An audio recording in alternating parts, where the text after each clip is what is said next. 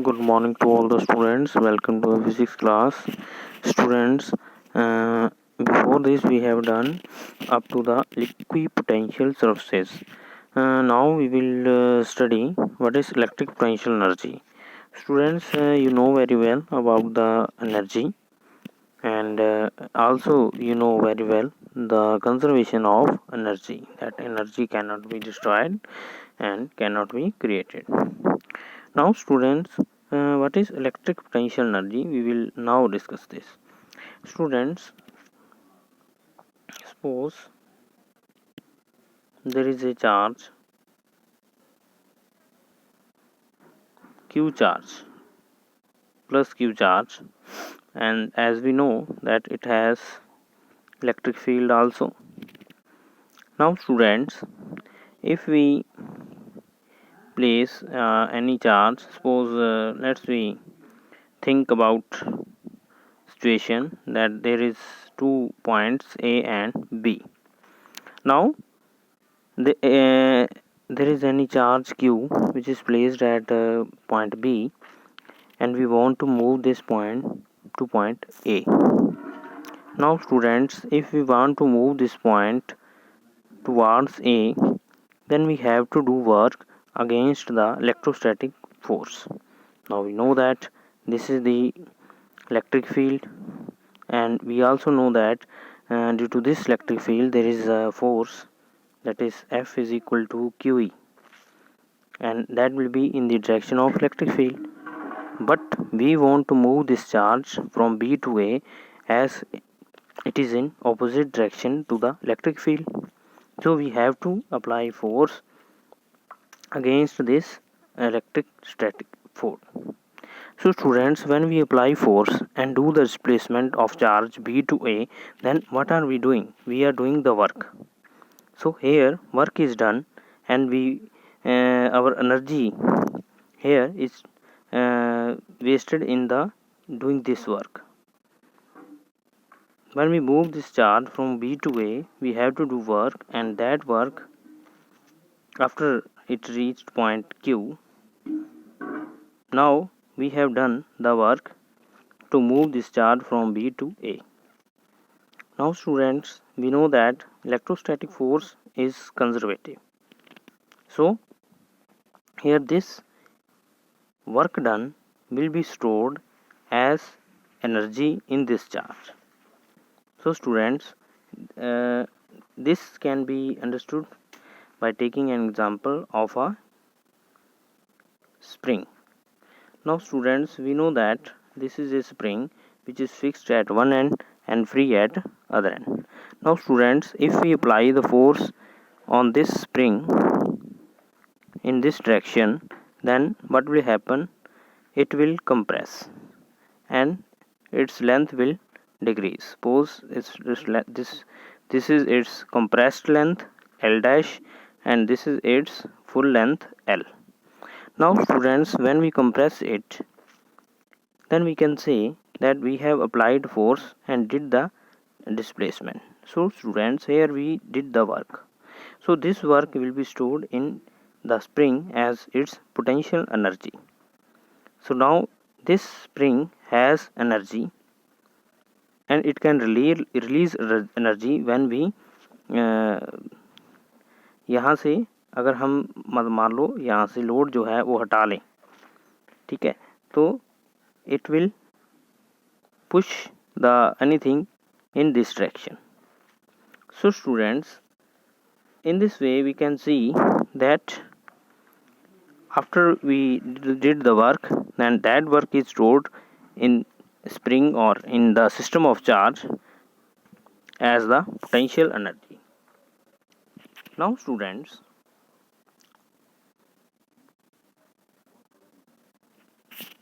here this energy is known as electric potential energy.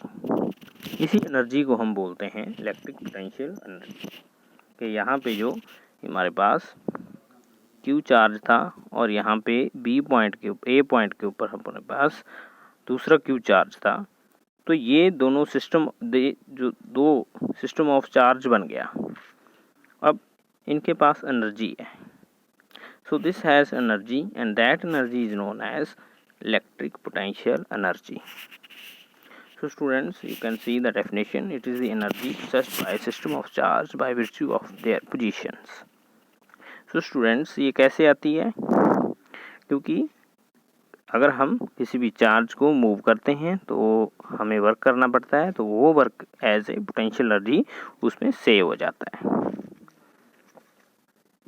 After that students, we have derivation of electric potential energy. So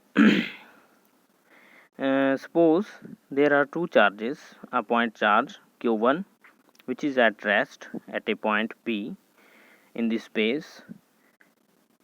Now students, as shown in the figure 2.31, so this is the figure.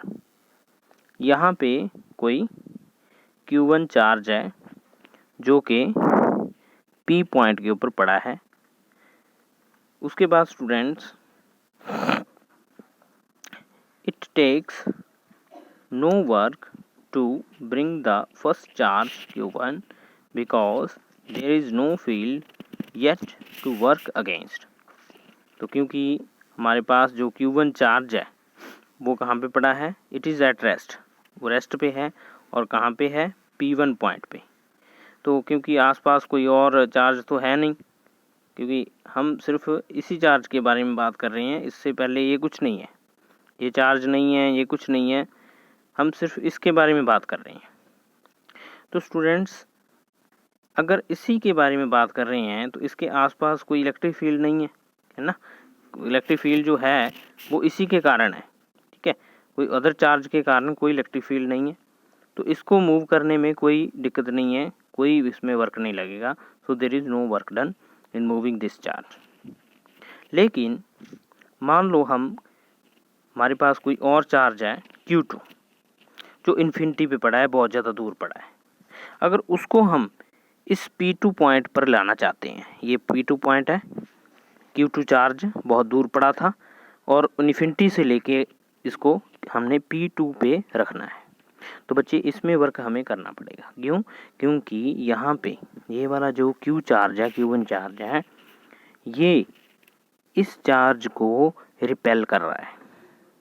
कारण because we know that this is also positive, this is also positive, so they will repel each other. So students, here what we have to do the work. तो work कितना करना पड़ेगा? We know that work is equal to potential into charge. तो यहाँ पे मान लो V1 potential है और चार्ज हमें पता है कितना है, Q2. So W2 will be equal to V1 Q2. तो स्टूडेंट्स, पोटेंशियल की वैल्यू आपको पता है. पोटेंशियल की वैल्यू क्या होती है V1 की? So V1 is equal to 1/4πε0 Q1 upon में R12. तो ये हमारा एक्सप्रेशन है V1 का. तो वो यहाँ पे पुट करके we will find the value of work done. So this is our value of work done. After that total work कैसे निकालते हैं? टोटल पोटेंशियल एनर्जी किसके इक्वल होगी? टोटल वर्क डन की. तो टोटल वर्क डन क्या है? W1 plus W2. क्योंकि W1 0 है तो हमारे पास ओनली W2 आएगा. तो this is our potential energy. This is our potential energy of system of charge Q1 and Q2. So students, now this is the potential energy only for two charges, that is Q1 and Q2. Students, अगर मान लो कोई और charge भी हो, जैसे Q3 हो या है ना Q4 हो, तो अदर चार्जेस भी हों, सो उसके लिए क्या आएगा? तो उसके लिए हमको वर्क डन निकालना पड़ेगा. तो जैसे मान लो कोई और पॉइंट चार्ज है Q3 जिसको हमने इन्फिनिटी से कोई पॉइंट मान ले P3 पॉइंट पर लेके आना है, तो उसमें कितना वर्क डन लगेगा? So we will calculate. So similarly we can calculate this also. What we have to do? We have to do the multiplication of potential and the charge. So students, potential due to Q1 and Q2 कितना होगा? So what will be the potential due to Q1 and Q2? So this is the formula. क्योंकि हमने पहले बना रखा है ये formula, into Q3। उसके बाद ये हमने फॉर्मूले में वैल्यूज पुट कर दी, so we got the work done W3। After that students, after that we have total work done. तो पोटेंशियल एनर्जी किसके इक्वल होगी, it will be equal to total work done. तो वो हमने W1 plus W2 plus W3 करके we have calculated the potential energy due to 3 charges. तो 3 charges के लिए हमने कैलकुलेट कर ली। ऐसे n अगर नंबर ऑफ चार्जेस हो, so we can also calculate for that also. तो करना क्या है, देखो बच्चों, यहाँ पे ये तो कांस्टेंट है, ये तो बाहर ही रहेगा, लेकिन यहाँ पे क्या आ रहा है, देखो Q1 Q2, ठीक है, और यहाँ पे क्या आ रहा है, Q2 Q3 एंड Q3। तो स्टूडेंट्स हमने ऐसे ही करके यहाँ पे जो है पेयर्स बनाने हैं। जैसे हमारे पास 3 चार्जेस हैं, 1 2 एंड 3। तो पहले 1 का 2 के साथ पेयर बन गया, फिर 1 का 3 के साथ, उसके बाद 2 का 3 के साथ, ठीक है, Q1 Q2 Q1 Q3 Q2 Q3 ऐसे करके पेयर बन गए। ऐसे करके अगर मान लो 4 चार्जेस होते तो 1 2 3 4, तो कैसे पेयर बनते, 1 का 2 के साथ, 1 का 3 के साथ, 1 का 4 के साथ, उसके बाद 2 का 3 के साथ, 2 का 4 के साथ, फिर 3 का 4 के साथ। तो इस तरीके से पेयर्स बनेंगे। तो हमने वही पेयर्स यहाँ पे लिखने हैं। तो simply we have the general formula. तो जनरल फॉर्मूला आपने याद रखना है बच्चों, ये वाला।